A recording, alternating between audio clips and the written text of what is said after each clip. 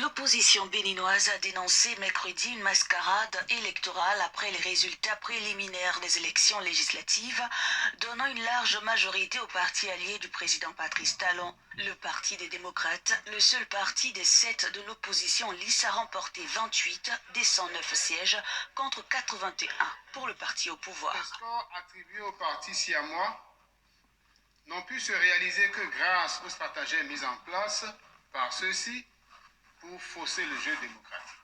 Ces stratagèmes ont pour nom la corruption massive des électeurs, le dépassement du nombre de votants par rapport au nombre d'inscrits, les flagrants délits de bourrage d'urnes, le déphasage entre les listes électorales affichées et les listes d'émargement. Pour se faire entendre, le Parti des démocrates envisage de saisir la justice et obtenir l'annulation de ce scrutin législatif.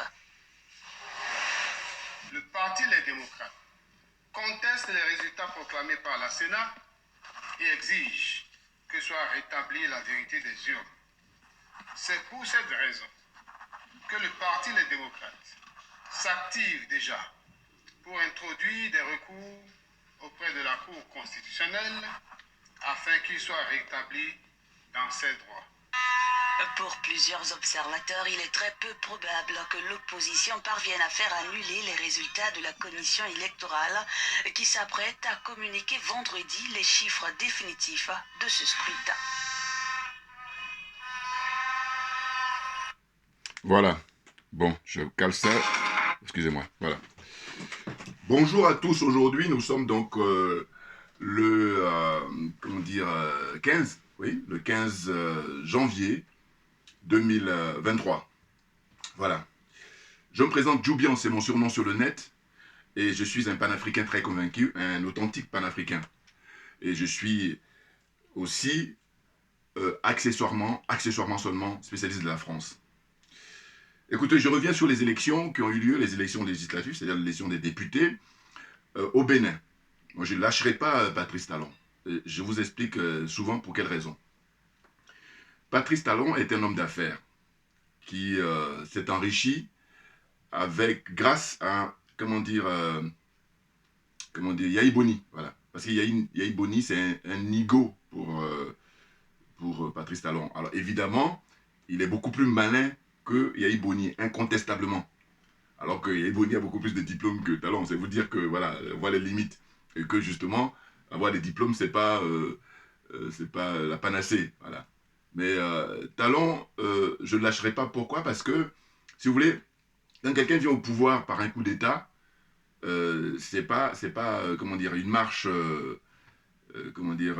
appréciable. Encore que. Parce que quand il y a révolution, c'est autre chose. Ce qui est le cas au Mali, c'est la révolution. Ce qui est le cas au Burkina Faso, c'est la révolution. Vous comprenez? Voilà. Il y a deux exemples là où c'est la révolution. Ce n'est pas des coups d'État. Il faut qu'on soit bien d'accord là-dessus. Maintenant, en ce qui concerne Patrice Talon, justement, il arrive au pouvoir régulièrement. Mais alors là, régulièrement. Et moi, j'ai été impressionné à l'époque, je vous dis, c'était en 2016. Les élections ont eu lieu, mais vraiment, ça m'a impressionné.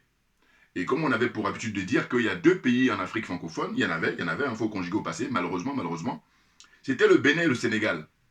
C'est-à-dire qu'à chaque fois, quand les élections se passaient là-bas, il n'y avait pas de blessés, encore moins de morts. Or, là, depuis l'arrivée de Patrice Talon, c'est pire que quand il y avait des régimes totalitaires ou qui même sont devenus plus démocrates. Je pense à feu le président général Mathieu Kérékou. Vous voyez, un très très grand homme, voilà, qui est rentré dans l'histoire de son pays, l'histoire d'Afrique en général, mais de son pays en particulier, le Bénin, par la très grande porte. Oui, parce que ce monsieur, au départ, c'était un militaire.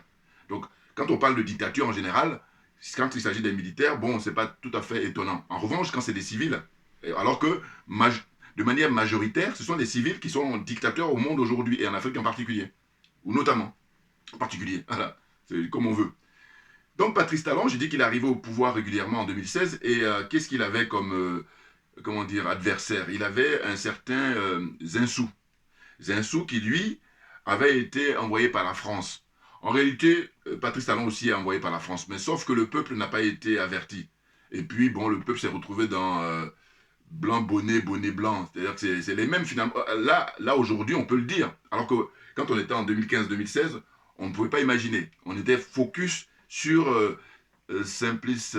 sur Zinsou, hein, voilà. Pourquoi? Ben parce que ce qui s'est passé en Côte d'Ivoire avec l'introduction de M. Ouattara, c'est-à-dire qu'on le fait nommer dans un premier temps Premier ministre pour annoncer la couleur, et puis après on passe à la phase supérieure qui consiste à le faire désigner par tous les moyens en tant que président de la République. Et bien c'est le même scénario qu'ils ont voulu répéter au Bénin, sauf que le peuple béninois, étant donné qu'ils ont une conscience politique plus importante, c'est juste les moyens qui manquent. Voilà.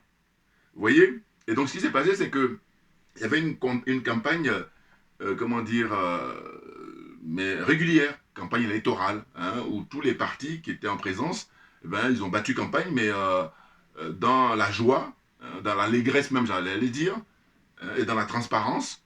Et ce qui a fait que, au premier tour, il y a eu tous les candidats, naturellement, mais ceux qui sont sortis du premier tour, c'est-à-dire qui se sont qualifiés pour le deuxième tour, c'était donc Patrice Talon, homme d'affaires, et puis Zinsou, qui, en tant que Premier ministre, hein, parce qu'il était nommé Premier ministre dans le gouvernement de Yahi Boni. Voilà.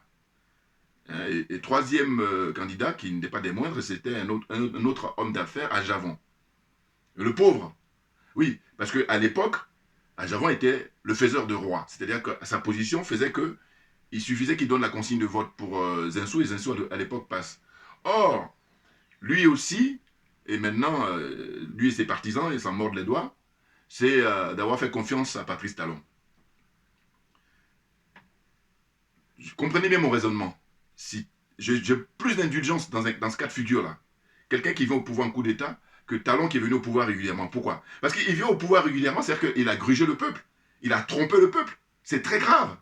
Mais oui, parce que le peuple a placé un espoir énorme sur lui, et il a trompé. Donc, quand c'est comme ça, je dis toujours que ramenez à la vie de tous les jours, dans votre entourage, des gens que vous connaissez, vos amis. Vous accordez une confiance à un ami, et puis, il vous trahit. Comment vous le percevez?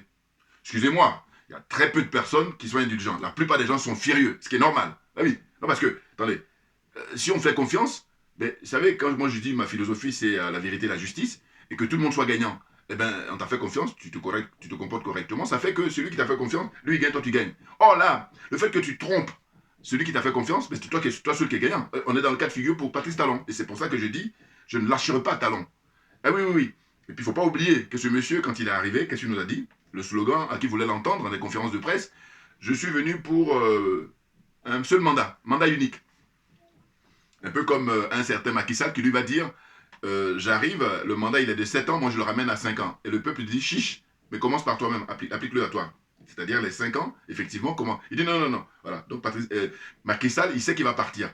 Et je vous informe que je ferai une vidéo, aujourd'hui si j'ai le temps, mais demain, sans doute, sur notre frère, jeune frère, qui vraiment, il est dangereux parce qu'il a beaucoup de soutien, et c'est pas ça qui m'intéresse. Ce que je veux dire, c'est qu'il n'est pas dans la vérité, voilà, il est dans la démagogie. Il a fait une vidéo sur la France-Afrique, voilà, il revient. Philippe Simo, pour ne pas le nommer, mais je reviendrai là-dessus.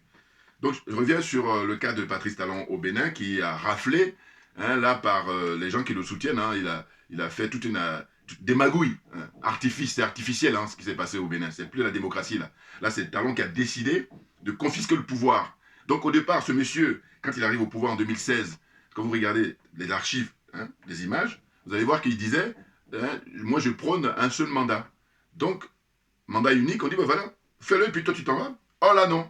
En fait, toujours comme Roublard, c'est un voyou. Ah oui, voyou en col blanc. Ah ben oui, c'est un voyou. Hein. Ce gars, franchement, alors, on me dira, en tant qu'homme d'affaires, c'est pas tout à fait étonnant. Oui, parce que eux, leur paradigme, c'est l'argent. Voilà, la cupidité absolue. Ah ben oui. Et puis je dis, quand je dis ça, ces partisans, évidemment, se rendent compte, ce qui est tout à fait normal. Hein, tous les partisans de Talon, c'est pas mon problème. Moi, je dis, concours de vérité, dites-moi. Si Talon était désintéressé, voilà, là, il m'intéresse, mais il n'est pas désintéressé.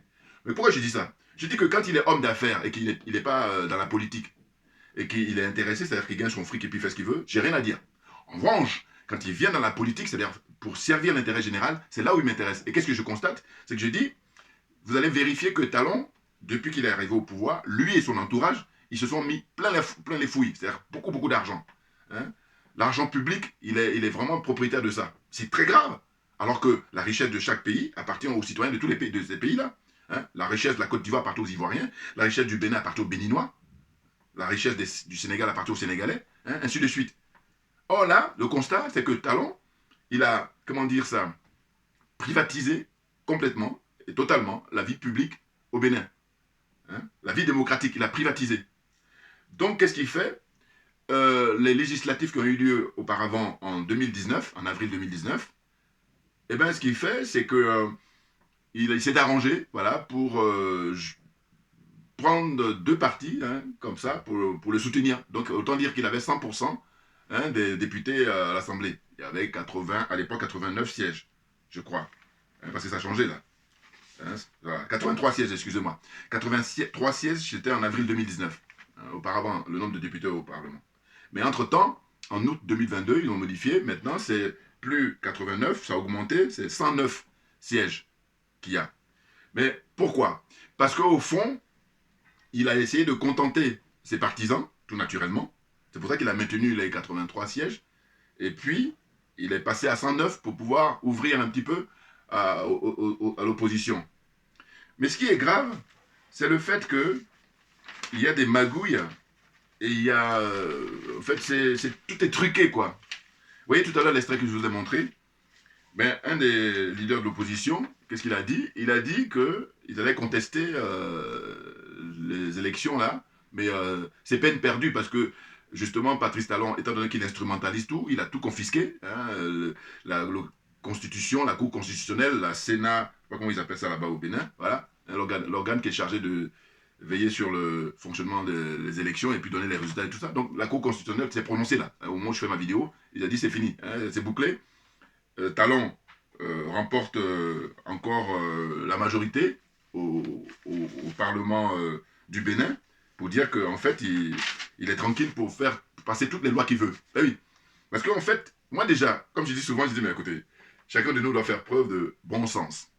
Parce que quand tu fais preuve de bon sens, ça te permet de comprendre les choses, j'allais dire sans forcément, justement, avoir fait Sciences Po, la grande école de commerce, ou comment dire ça, Polytechnique, tout ce que vous voulez, des grandes écoles, là, hein, voilà, ou Harvard, ou... vous voyez ce que je veux dire, voilà. Le bon sens, c'est quoi? C'est que moi, quand j'écoutais les infos, à l'approche des élections législatives au Bénin, on nous disait quoi? On nous disait que voilà, il y a grosso modo 7 partis qui vont se présenter. Et dans les 7 partis, il y en a 4 qui sont pro, comment dire, Talon, Patrice Talon. Mais une fois que j'ai eu cette information, j'ai dit, mais c'est bien, c'est bouclé. Mais non, mais je me suis dit, mais par pudeur, ils auraient pu garder quand même l'information. Mais ils sont tellement à un autre niveau que mais le mépris total des gens. Mais oui. Non, parce que quand tu dis avant une élection qu'il y en a 4 qui sont, sur les 7, il y en a 4 qui sont pour Talon, mais il a essayé. Donc, c'était qu'une pure formalité que d'aller voter. Et c'est pour ça qu'on ne peut pas s'étonner du taux d'abstention. Là, on est à 38% du taux d'abstention. Sachant que précédemment, hein, c'est-à-dire en avril 2019, quand il a pris juste 2 partis pour siéger là-bas au Parlement, avec les 83 sièges, eh bien, il y a eu pas moins de 73% du taux d'abstention. C'est énorme. Ça veut dire que finalement, ils ne sont pas représentatifs, les députés, comment dire, au Parlement du Béninois, hein, sous le règne de Patrice Talon. Mais pas du tout. Quand tu as 73% d'abstention, c'est énorme. Et là, en 2023, voilà, hein, les résultats sont tombés.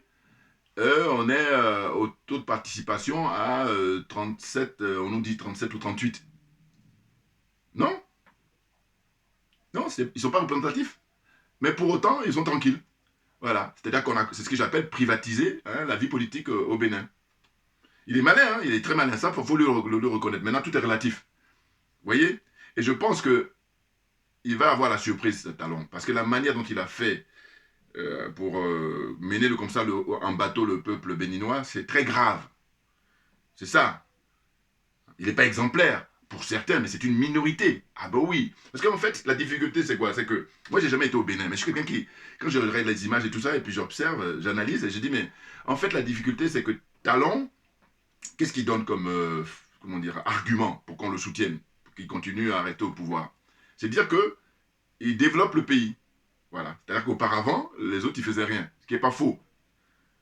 Quand je dis ça, je précise pour, comment il s'appelle, Yahi Boni. Parce que moi, Yahi Boni, j'ai toujours dit, mais le mec était peut-être un bon banquier, voilà, avec des bons diplômes et tout, mais c'est pas pour autant qu'il était bon en politique. Et c'est qui est le cas de Yahi Boni. Et puis ce qui m'énerve, ce qui me tue, hein, je peux vous dire, très franchement, c'est que ce monsieur, au lieu d'aller à la retraite, il reprend encore son bâton pèlerin sur le soutien de la France. C'est la France qui est derrière tout ça, parce qu'elle manipule tout le monde. Et c'est ça qui me tue. J'ai dit, mais putain, le mec, il est naze. Yahi Boni, plus complexé que Yahi Boni, tu meurs. Regardez les images d'archives à chaque fois. C'est impressionnant. Lui et Ibeka, ils étaient en concours. Après, il y a Macky Sall qui vient en troisième. Je n'oublie pas, la mention spéciale, c'est M. Ouattara. Voilà. M. Ouattara, récemment, au mois de, comment dire, janvier, là, début janvier, ou décembre, en tout cas récemment, Bruno Le Maire, ministre français de l'économie, Ouattara le salue avec deux mains. Vous savez très bien que de manière générale, hein, quand on salue avec deux mains, c'est pas la même chose que quand on salue avec une seule main. Ou même quand on fait le coude. Vous comprenez ce que je veux dire. Et moi, tout ça m'intéresse. Ah oui, oui, oui. Mais oui, c'est intéressant. C'est-à-dire quoi? C'est-à-dire que c'est l'aliénation. C'est le complexe. Corruption, ah, ça déborde. Bon. Vous voyez, corruption morale et après corruption matérielle. Donc vous voyez tout ce monde-là, et c'est surtout qui dirige les peuples. Ils confisquent le pouvoir, ils sont à la botte, ils sont au service de la France. Et Patrice Talon, qu'est-ce qu'il fait? En fait, il a plein de prisonniers politiques, hein, là-bas, dans les prisons au Bénin. Plein de prisonniers politiques. Et puis c'est quand Emmanuel Macron est allé en visite au mois d'août dernier, rappelez-vous, au mois d'août 2022, au Bénin, c'est lors de la visite de Macron qu'il a décidé, hein, je pense sur l'injonction de Macron, qui lui a dit, bon écoute, pour l'image, libère un peu quand même des gens. Et donc il a libéré 30 personnes. Et les 30 qu'il a libérés, il n'y a pas des gens importants, enfin je veux dire des gens connus, voilà. Donc il y a des gens qui sont connus au Bénin, hein, je crois qu'il y a un professeur de droit constitutionnel, il n'a pas été libéré, puis il y a une dame, Madame Madourou, je ne sais pas comment elle s'appelle là, voilà. Pareil, toujours en prison. Mais parce que ces gens-là, ils ont beaucoup plus de charisme, ils ont beaucoup plus de notoriété, donc ils les gardent en prison pour des motifs fallacieux. Hein? Oui, oui, oui, ça ne tient pas la route. Parce que moi, à ce jeu-là, j'ai dit, bah, écoutez, tous les gens qui sont en prison, est-ce que des proches de Talon y sont? D'avoir commencé par lui-même, on fait un audit sur son patrimoine. Hein? Depuis que, avant, bon, c'est vrai qu'il est riche déjà, mais c'est là où ça, le bas blesse. Pourquoi? Parce que je lui dis, quelqu'un qui est très pauvre, bon, qui vient et puis il veut s'engouffrer, bon, hein, naturellement, ça se comprend. Maintenant, on me dira, oui, mais c'est l'expérience, c'est-à-dire que les gens qui sont riches veulent toujours plus. Oui, mais moi, je dis, moi, je les combats, ces gens-là, parce que je dis, tant qu'ils restent dans leur business, c'est-à-dire privé, ils font ce qu'ils veulent. Mais c'est quand ils veulent rentrer dans la sphère publique, c'est là où je dis non. Parce que la sphère publique, ça appartient à tout le monde. C'est pour ça. Et il faut être à l'aise pour parler de ça. Ah bah oui, parce que soutien ou pas soutien de Compaoré, oui, je l'oublie. Mais j'allais dire Alassane Ouattara, soutien de Macky Sall, soutien de Patrice Talon. J'ai dit, mais écoutez, on est dans la pure escroquerie. Et ce qui me fait dire souvent, je dis, voilà, les diplômés africains et les intellectuels africains, là, de manière générale, ils font un usage caricatural de leur connaissance, de leur savoir. Bouillard! On est très bon. Ah oui, on est bon. Donc, pour la suite, c'est quoi? C'est que j'ai pris quelques notes et puis j'ai relevé là dans les médias, hein, les informations. Alors, le Bénin compte environ, aujourd'hui, hein, plus de 12 millions d'habitants. Moi, j'arrondis à 13 millions, voilà, parce qu'ils disent 12 millions 451, 13 millions, allez. Parce que je pense qu'il n'y a pas suffisamment de moyens pour aller, voilà, donc, allez, 13 millions. Donc 13 millions, on nous dit qu'il y a combien de, comment dire, d'inscrits et tout ça. C'est nombre d'inscrits hein, sur le plan national pour l'élection législative là, c'est 6 600 572, voilà. Hein, 6 600 572 voilà, inscrits. Et le nombre de votants sur le plan national, c'est réduit hein, à 2 551 547. Donc, avec un taux de participation, le plan national de 38,66. Vous voyez, taux de participation. Voilà. Alors que pour moi, sans être un spécialiste en droit constitutionnel ou en sciences politiques, j'ai dit normalement, dans un pays qui se respecte, mais il faut qu'on soit à 50 plus 1. Voilà. Si tu es en dessous, on recommence. Mais oui, non parce que, attendez, c'est-à-dire que tu prends la population, hein, tu ne réponds même pas à la moitié de la population. Et bon oui, mais parce que voilà, ils ont confisqué, c'est ça, ils font tout avec la force et puis ils instrumentalisent. C'est la dictature, hein. Voilà, faut pas tout. Et puis je tiens à rappeler aussi que monsieur Macron, non, j'oublie. bah, vous voyez la lapsus, parce que tout ça, ce sont les élèves, ce sont les sbires de Macron. C'est-à-dire Patrice Talon, en fait, il est dans le CFA, voilà. Il est pro-français, il est France-africain, il a même le passeport français, il a la pièce d'identité française. Voilà. C'est-à-dire qu'il joue sur 2 terrains. Alors, ce qui est le cas de la plupart des dirigeants français, enfin, ouais, France-africains, là, de cette zone-là. Eux tous, hein, eux tous. Il y en a même qui ont 3-4 passeports. C'est-à-dire que, prenez Paul Biya, il doit avoir le passeport suisse, le passeport français, le passeport camerounais. Puis ce qui est pire, c'est qu'on fait croire aux Camerounais que non, vous, la population camerounaise, hein, le peuple camerounais, non, vous avez droit qu'un seul. Voilà, c'est interdit. Alors que ceux qui dirigent, hein, tous les dirigeants au Cameroun, ils ont des 2, 3, 4 passeports hein, de différents pays. N'importe quoi. Mais là, c'est là où, justement, ceux qui ont la connaissance, mais si, comme ils sont corrompus, ils disent pas la vérité au peuple, si t'es pas corrompu, tu dis la vérité. Voilà. Mais par contre, c'est vrai que c'est risqué, c'est sûr. Rase les murs, ferme-la. Voilà, c'est tout ce que je peux dire. Donc, rapidement, pour ne pas vous barber avec les chiffres, parce que moi aussi, c'est vrai que c'est pas toujours intéressant, c'est que il y a les différents partis, voilà, je disais, hein, parti Mouel Bénin, eux, ils ont eu 2,29% hein, du suffrage. Le FCBE, ils sont très connus, eux, ils ont eu 4,42%. Les démocrates, eux, par contre, voilà, ce sont eux qui se plaignent d'ailleurs, ils ont 24,16%. Hein, Talon, là, UPR, là, Union pour la République, je sais pas quoi, là, eux, ils ont 37,56%. UDBN, eux, ils ont, comment dire, 1,07%, donc ils sont éliminés. Hein, le MPL, eux, ils ont 1,22 aussi éliminé, parce qu'il fallait avoir en fait 10% pour être éligible, enfin pour avoir les sièges là-bas au Parlement, comment dire, du Bénin. Vous voyez? Donc c'est clair que Patrice Talon, voilà, là il est parti tranquille, hein, pour que il ait même un 3e mandat. Maintenant c'est le peuple béninois. Bon, c'est vrai que c'est difficile, hein, c'est très clair.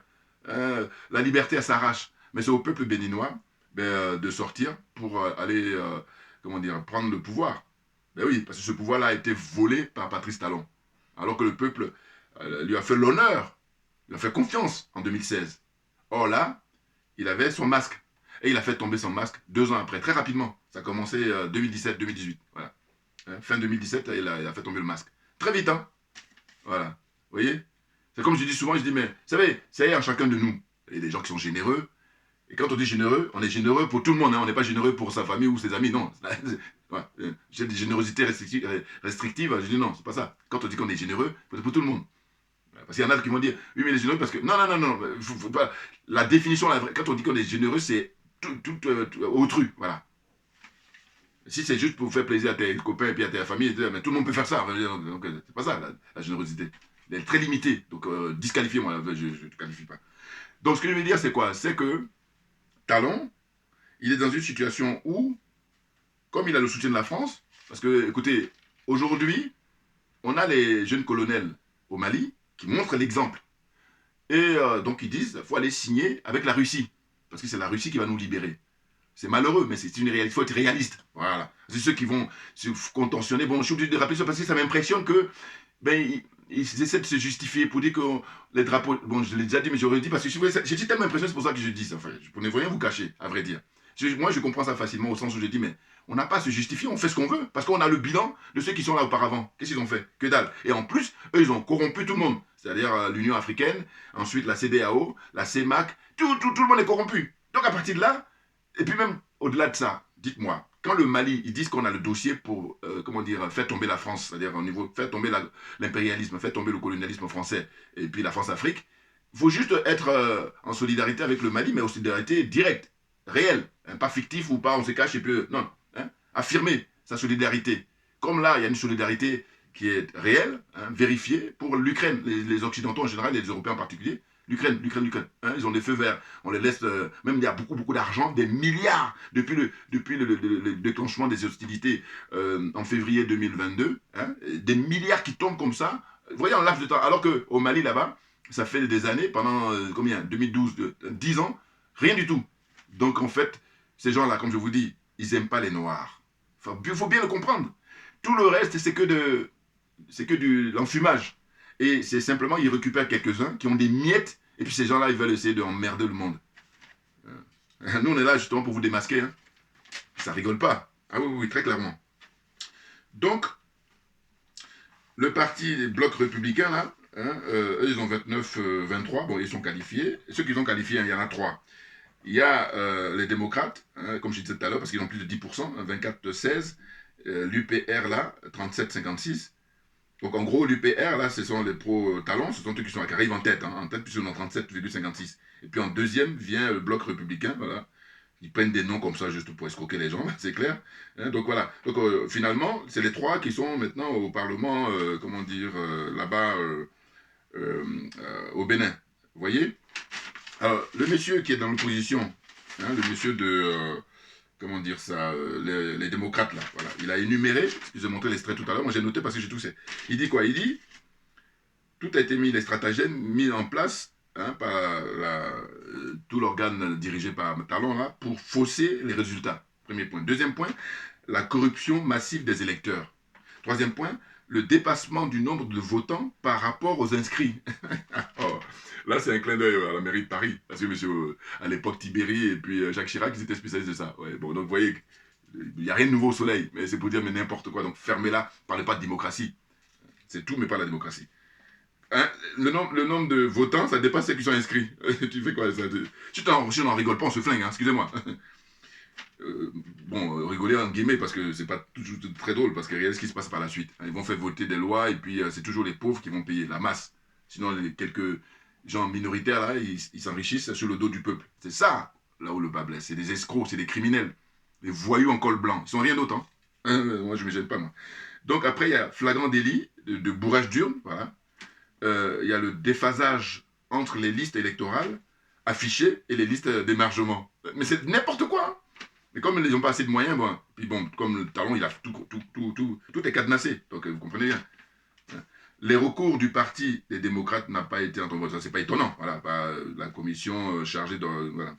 Ça, c'est pas étonnant. Franchement, le contraire aurait été très étonnant. Hein, parce que là aussi, pareil, c'est des gens qui sont au service de Patrice Talon. Donc vous comprenez bien que ils tiennent à leur petit bout de pain, voilà. Alors que s'ils étaient patriotes, ben, ils sont là pour dire le droit en disant que c'est pas normal.